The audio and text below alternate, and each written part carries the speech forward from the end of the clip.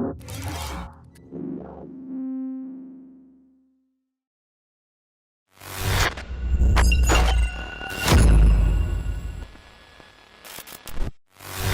I'm Nadia Dunn. Welcome to CCL TV. We're here at the e-commerce Berlin Expo, and joining me is Jeff from Trevipay. Thanks so much for joining us, Jeff. Nearly the end of the day. How's it been for you? It's been great. It's been a great show. As I mentioned earlier, I started the day with a keynote on stage B, and that went good. It was well attended, and the show's been great. Excellent. Well, before we get to your presentation, tell us a bit about Trevipay and your role there. Okay. So I am the Chief Revenue Officer for Trevipay. Trevipay is a global B2B payments and invoicing network. We provide closed-loop private networks for sellers to sell to buyers. We do this globally in 28 countries, 18 currencies. We've got some key clients like Lenovo and Samsung, and we're headquartered in the US with offices in the Netherlands and Australia. And what's your USP?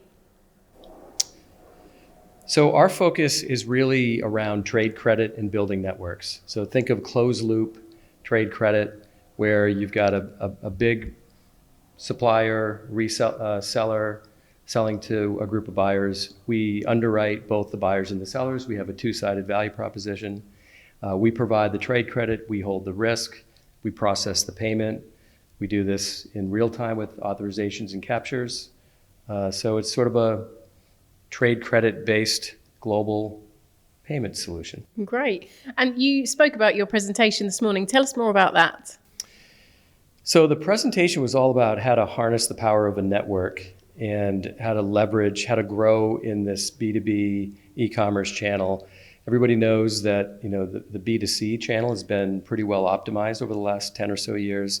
And so now there's this huge opportunity, a couple trillion in Europe by 2025, maybe 7 trillion globally by 2030. And yet it's still wrought with all kinds of manual processes, paperwork. It's just very complex. So what we're building in the way of networks is sort of breaking all that down, simplifying it, and making the customer experience in B2B very similar to what you have in B2C. And what do attendees and exhibitors get from coming to this expo, and how can Trevipay help them? Well, I think what we provide is unique. We do this on a global scale. There are certainly lots of players and solution providers moving into the B2B space. I don't think anyone has a holistic trade credit solution where in the balance sheet to sort of underwrite thousands of buyers on both sides of that equation. But I think there's lots of other companies contributing and helping in this ecosystem. I think there's a lot of partner opportunities out there. So, there's a lot of merchants, there's a lot of people, there's a lot of energy.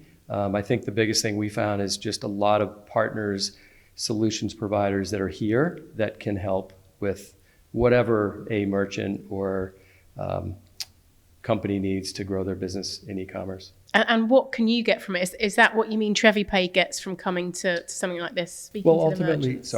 Ultimately, we're looking for merchants, but like any company, there's always solutions that support us in a partner level. So it's a combination of looking for the merchants and potentially partners that can help us do what we do. And what differentiates Trevipay from other networks providing similar services for B2B companies? Well, maybe the biggest thing is we've been around for 40 years. So we went through a rebranding about a year ago. Most people don't know that, so the brand is fairly new. I think we've done a lot in the last 12 to 18 months to get the brand out there, like being a sponsor at this show. But the company's been around for 40 years. Most of our competition are startups. They've been around for a year or two, if not less. And so we're pretty different in terms of our maturity as a company. And where that, I think, comes into play is more around sort of the lending side and also our global reach. And you said about giving B2B buyers a B2C experience. Why is that so critical? It's critical because we're all the same people. So, as consumers, we go online, we go in app, we make purchases, and it's frictionless. We use Uber and Lyft and Get Taxi and all these other apps, and it's truly seamless and frictionless. But we also have jobs, and many of us are making business purchases for our companies, and yet the experience is completely different. So our expectations are really heightened and fueled by our consumer behavior, and yet we want those same things in business. I think to a great extent, the B2C payments landscape is, I wouldn't say played out, but it's pretty well optimized. Like there's a lot of good experiences there. It's just not the case with B2B. And that really has to do with how complex it is. You've got the payment itself, you've got underwriting of buyers and sellers, you've got credit that needs to be managed, accounts receivable and accounts payable, and then you've got to get all this information on invoices and purchase orders and then integrate it into back-end systems like ERP systems and accounting systems. So making all that happen is really hard. It's much easier to hail a taxi. So what do they do? What do B2B companies do to evolve and make sure that they don't get left behind?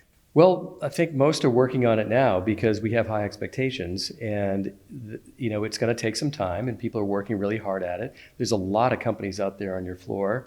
Many of them are startups, many a little more advanced, but there's just a lot of ingenious, inventive people trying to break down each step of this complex B2B payment flow, and we'll get there, and it's happening faster. So that's one of the results of the pandemic is it just accelerated the pace at which digitization is happening in B2B payments. It was already happening, but now it's happening faster. And what about your short, mid and long-term strategy goals for 22 and 23? So near term, we're very focused on looking for more big companies that need our solution. So people looking to provide trade credit as a payment method, the invoicing solution, all of that. Longer term, so we're building these individual networks.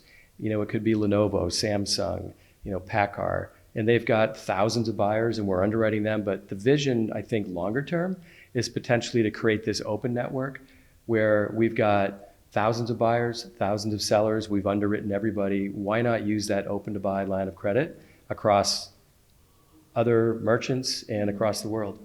Excellent. And if you were to describe this event in one word, what would it be? Energetic.